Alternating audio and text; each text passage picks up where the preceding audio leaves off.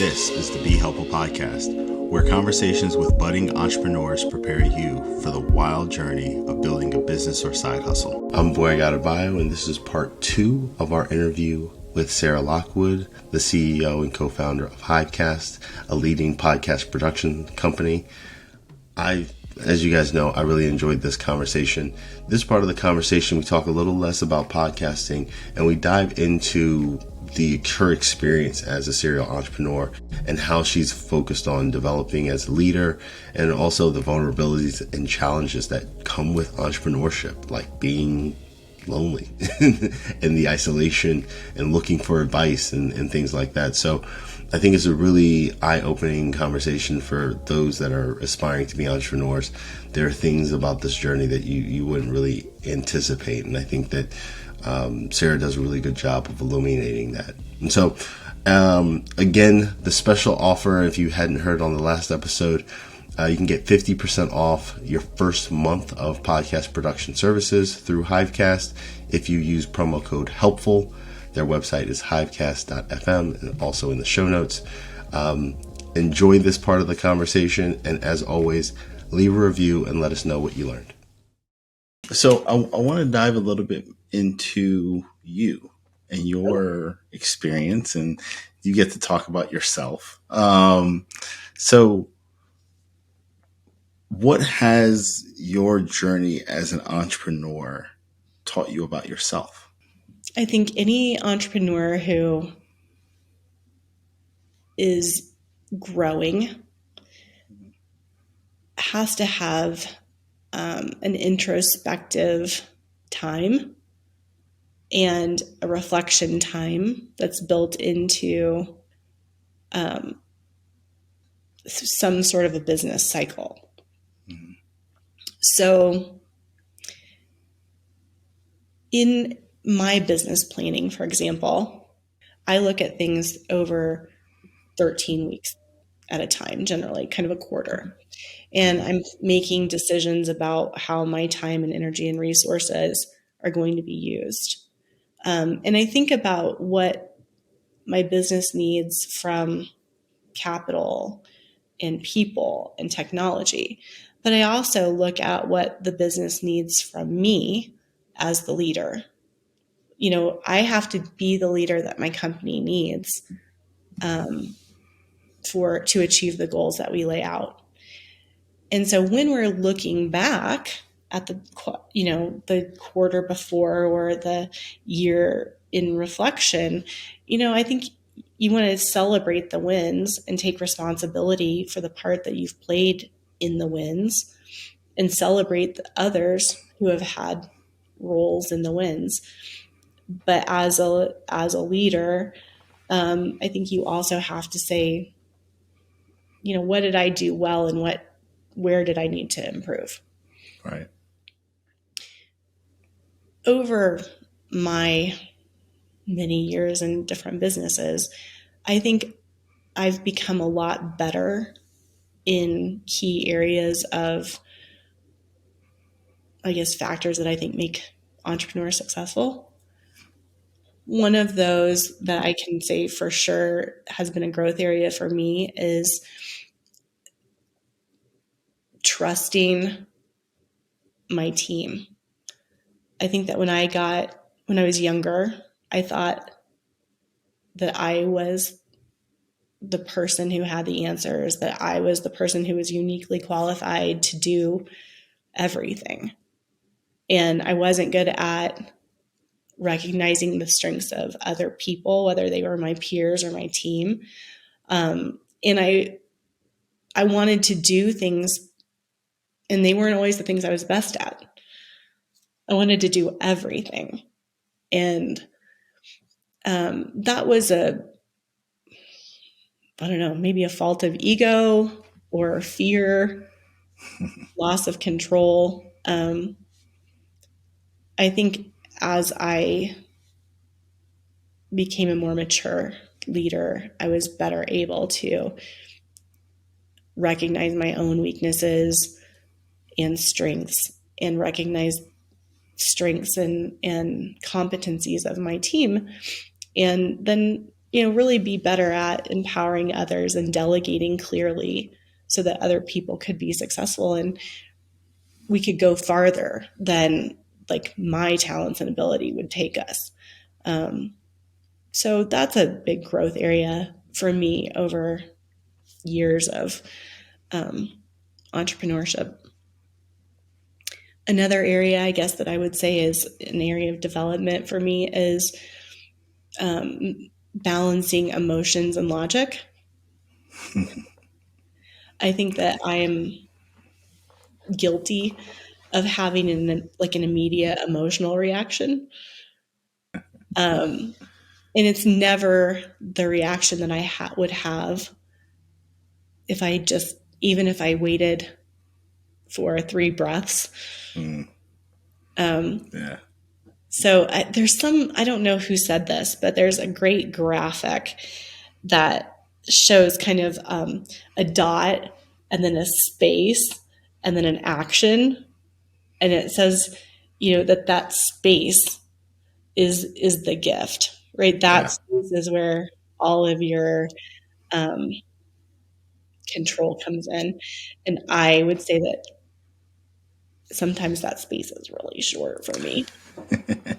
So I'm working on trying to give myself the grace of a little bit longer moment, a longer pause before I let an emotional reaction guide my thoughts and my behavior, and give myself the benefit of a little bit more time so then I would do it the way I would want to do it instead of just, to, what do they say, to respond rather than to react. Yeah. Yeah. No, that's, again, thank you for sharing that. Like, I find that the growth and evolution that entrepreneurs have often are for their own good Yeah. and not just for their business. Oh, yeah. And, we could all grow as people that can trust others and can get comfortable with loosening our grip on control and also giving ourselves those 3 gazelle breaths, as my sister calls them, to kind of think through a situation and respond rather than reacting. I think that for me personally, both of those things are the things I work on personally. I am a control freak. I know that about myself. It's something that I've been working on for such a long time. So would love all of your tips on how you got better at it. But, Well, I do have a tip that I can share. Um, it's funny because when I was younger, I don't think I really placed a lot of value on community. I wasn't really like looking for mentorship. I wasn't really looking for guidance. I thought I had all the answers myself. Um, you only have to get, knocked down a couple times before you go, whoa, okay. I don't have every answer here, and it would help me to learn from others who have done this before. So yeah. for me, a resource that became really valuable in my journey, I belonged to Entrepreneurial Organization, EO, it's called, and I started and became what they call an accelerator. So it's EOA. I don't know what their website is. Maybe you can put it in the show notes. Yeah. But accelerator was for businesses, that had substance. It starts at like $250,000 in revenue to qualify. So I think you have to be at 250 and you have to apply and be accepted into the program.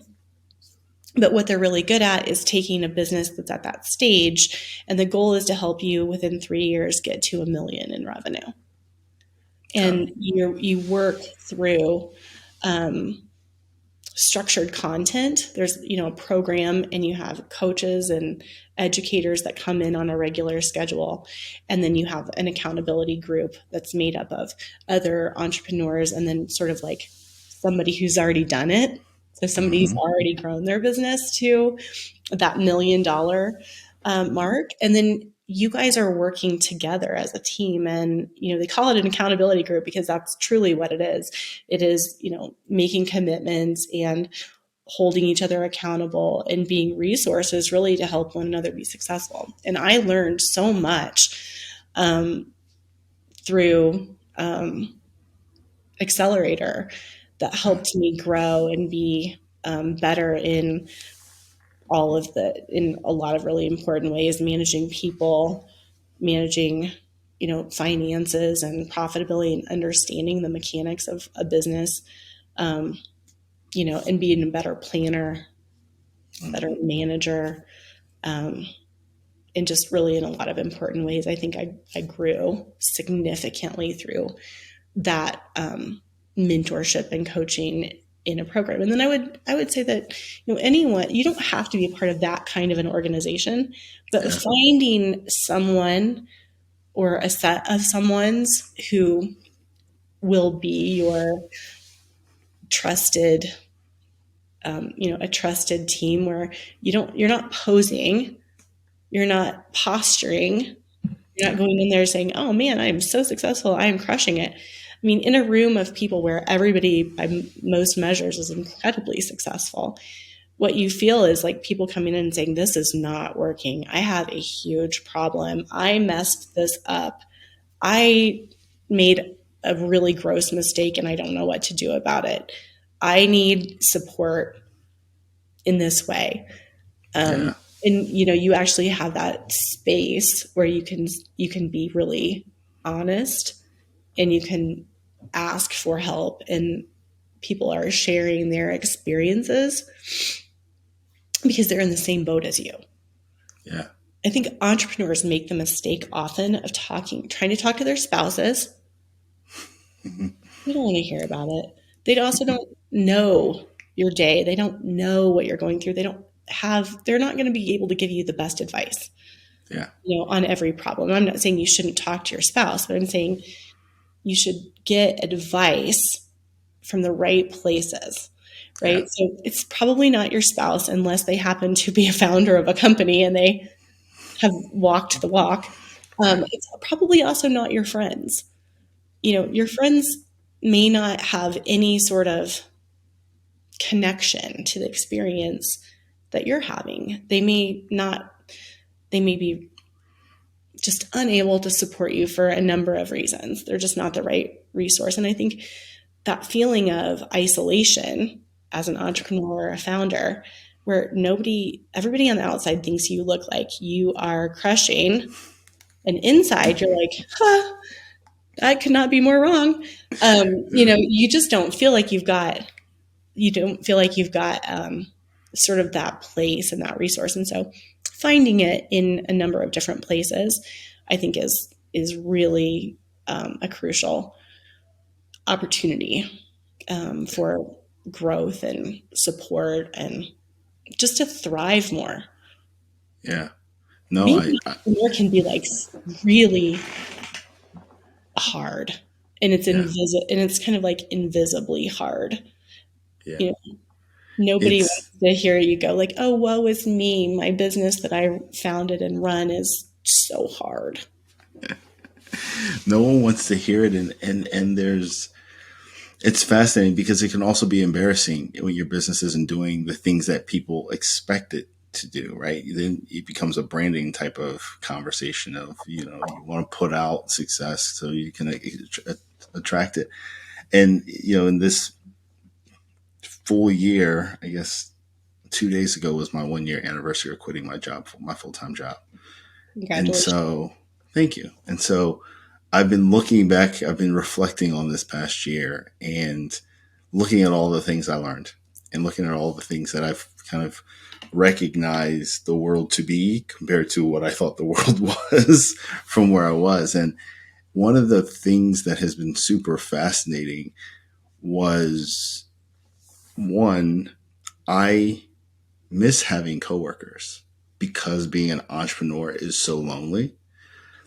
And as a result, I try to implement the strategy of talking to strangers every day because it gives me some sense of connection.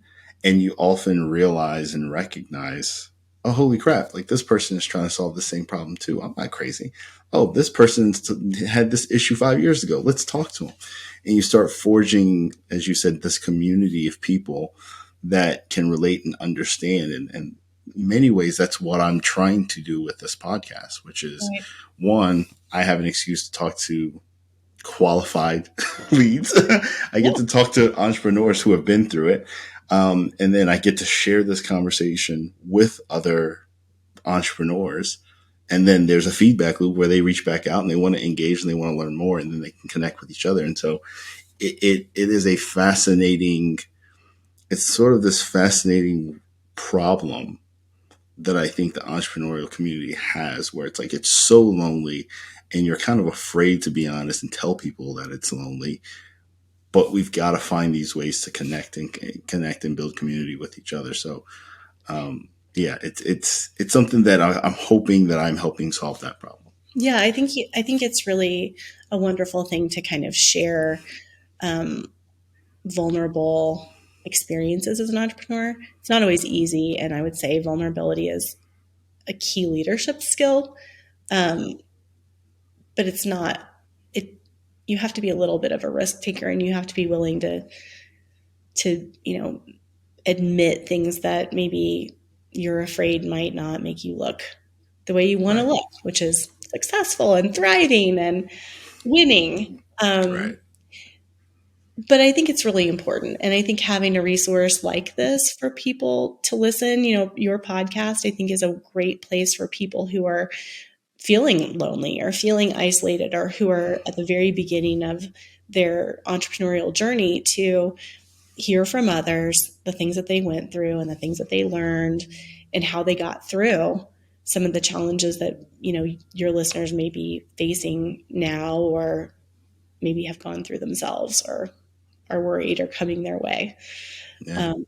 I would tell them to, these are, look for these kinds of resources like this podcast, but also there are a lot of great networking opportunities where you can find your people, and don't be afraid to ask someone like, hey, I want to talk to you. I want to have a real conversation about something that I'm facing in my business. And I'd love to hear if you've encountered this and what your experiences were, because I think entrepreneurs are incredibly generous Yes. and they are Extremely. happy. We want others to be successful. And we are generally, I think, incredibly happy to help and to share. So often, I think it's actually a lack of asking. Yeah.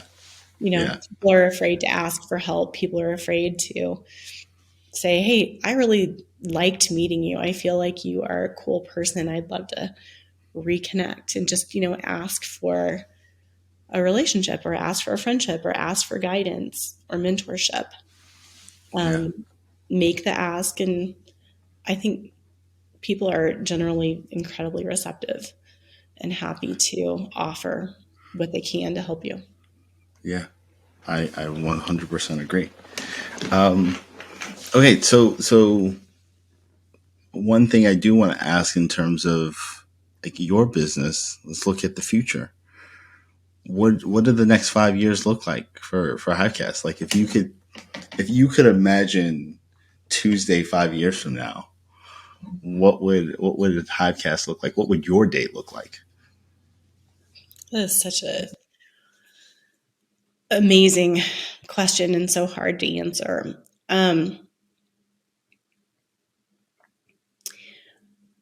My prediction for the future of podcasting is that podcasting is always going to be known for the intimacy that it creates between a listener and a podcaster. People have an expectation of that intimacy, and I think they look to this channel to provide that. Technology is changing. It's already changing the way that we consume content and the way we find content, and even now the way that we produce content. So I think that podcasting will continue to be an audible service, but I think it will be complemented by video. I think that we will have shorter and shorter shows. And I think we will also find that we're having much longer shows. Yeah. I think they will become more extreme, one or the other. Yeah. I think AI will revolutionize the way that podcasts are actually produced.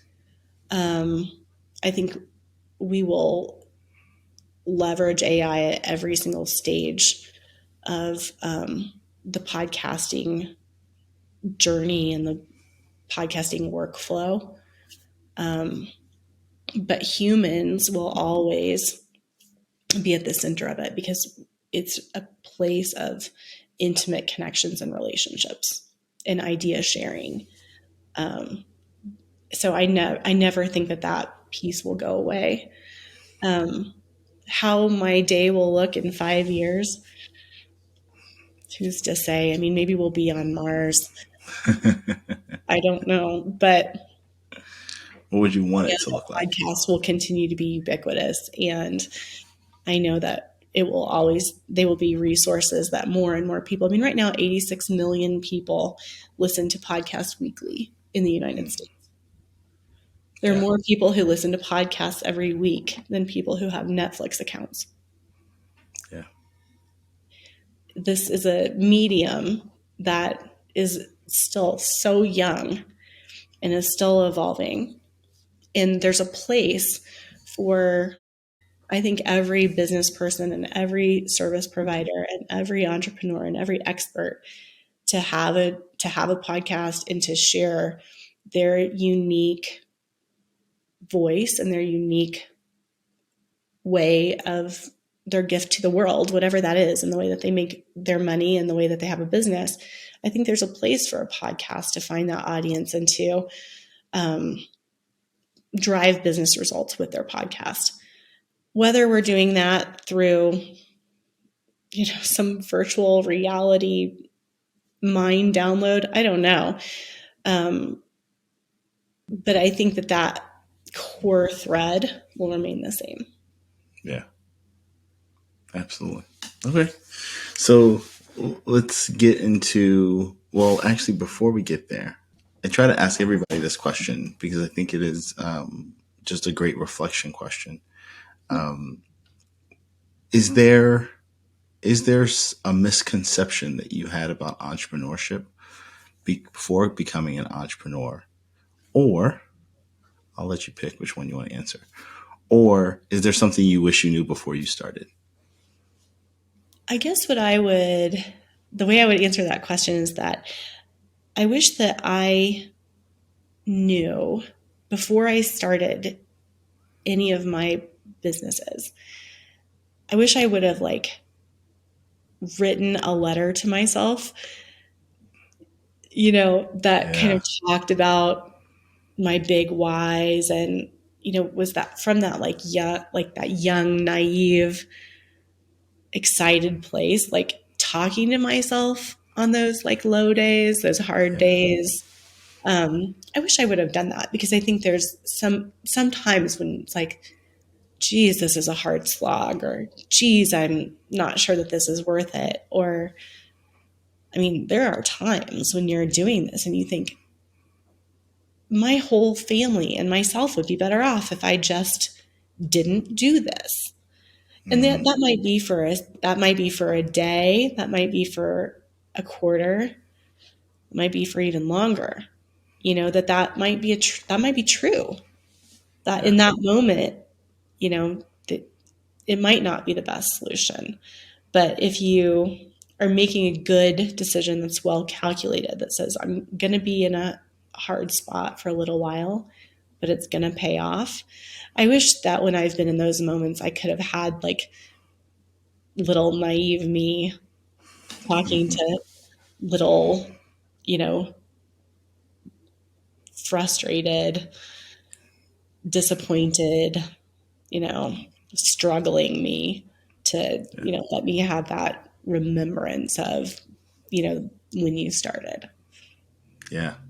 No, that's an awesome answer. And I'm going to write my letter later this week. Yeah. Well, you're still early in the thing, but my dad always says, sadder but wiser. Mm. Yeah. And it's true. Like you do learn some things the hard way, but you're always, I think, better off for it. You're in a better position to tackle it, the next challenges, when you've been through the ones that you just kind of struggled through, and you can share it with other people. And that's, I think, a beautiful thing about what you're doing on this show. So thanks for inviting me to be here. And I guess what I would offer to anyone who's listening is, if they want to, learn more about what we're doing with Fireside Group or with HiveCast, or, they have a desire to visit with somebody like me who's done those things before, I'd be more than happy to connect on LinkedIn and sort of chat with somebody. Thank you so much. I appreciate that. So before we wrap, I do have like 2 quick hitter questions. Yeah. Is my first question would be, are there any books that you would recommend to aspiring entrepreneurs or early stage business owners? Yes, there are. I really like the book. I think it's called Crucial Conversations. I cannot remember who's the author of that book right now. I think it's called Crucial Conversations. Maybe you can link it in the show notes. Yeah. Traction is a great book. Yep. Let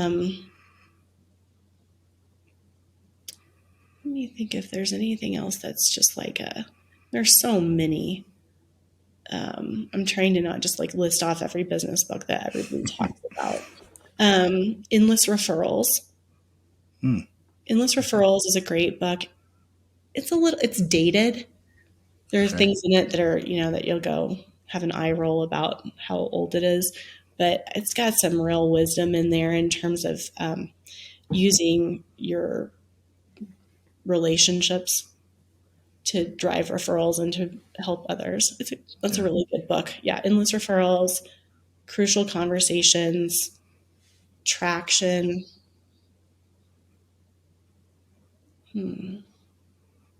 Those are good ones. Those are good ones.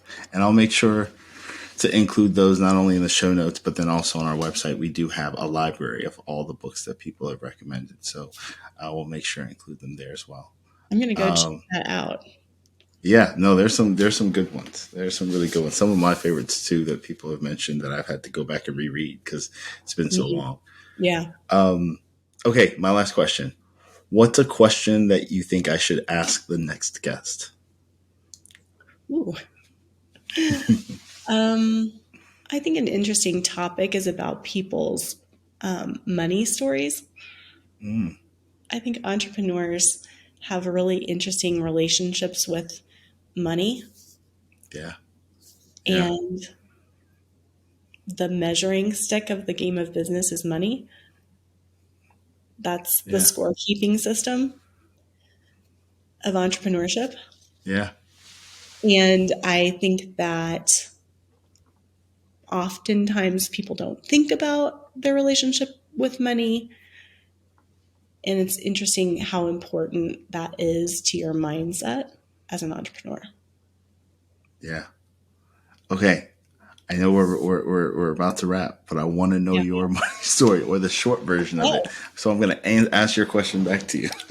I think that something that I've learned from a business coach that I really respect is that your money making comfort zone is a lot like the thermostat in your house. If it gets too cold, you go turn up the heat to put you in your comfort zone. If it gets too hot, you turn on the air conditioning to put yourself in your comfort zone. And it's no different with your money mindset. There's in your mind, most people have kind of this idea of how much they're going to make, what's possible, and then maybe a little bit of a periphery, a stretch goal. That's, this is how, like, if it was crazy, I'd do this, and it sounds counterintuitive that if you're starting to hit those top ranges of that comfort zone, that you would try to derail your progress. But I think it's true that self-sabotage is real. And I think people, including myself, I have certainly had times where I have maybe made decisions, or I've started procrastinating, or I've not run to an opportunity, or I've thought about something longer than I needed to. I think one of my amazing procrastination skill sets is to analyze a little longer. Let me do a little bit more research. Let me think about that longer. I sometimes can prolong a decision when I'm afraid to make it, by saying, oh, it was going to require more research, or it's going to require more thinking, or whatever. And I think that that's something that was a mindset that I had, and that I'm overcoming, is, not being like a limiter, not keeping myself in my comfort zone, or at least just recognizing that that's something that is possible, and that maybe I've done and I don't want to keep doing. Yeah. No, that's an awesome. I love that analogy of the thermostat, because I think it's so true. You want to stay in your comfort zone, and often as an entrepreneur, you do have moments where you're just like, I got to turn the faucet on. We've got to get things going. And you're just like, oh, things are nice. We can relax a little bit. So yeah. I think that is a very good perspective. Yeah. It's easy to kind of sit in the right-hand lane and drive at the comfortable level when you could just step on the accelerator. Yeah. And there's some reason why you don't. Right. Well, Sarah, this has been incredible. One more time, just let people know where they can find you, because I'm sure there will be a lot of aspiring podcasters wanting to reach out. Oh, well, I would love to talk to them. They can visit HiveCast.fm to learn more about our services and to schedule a call with me. And I'd love to talk to anybody and connect with them on LinkedIn. I'm sure that my link will be in the show notes. Absolutely. With some of the other resources that we talked about. But thank you to you for, hosting this conversation and inviting me to be a part of it. I hope that I could share some experiences with others that will be valuable to them. Absolutely. It's been valuable to me, so I'm certain it'll be valuable to others. So thank you so much. Really appreciate it. Have a good one. You are welcome. Thank you. All right, guys. Thank you for listening and hopefully enjoying our interview with Sarah Lockwood. Please, please, please leave a review. Let us know what you learned. Subscribe so you don't miss out on the next great entrepreneur that we're going to be sitting down with. And as always, be helpful to others. It's really the name of the game as an entrepreneur. So chat with you guys next week. Thanks.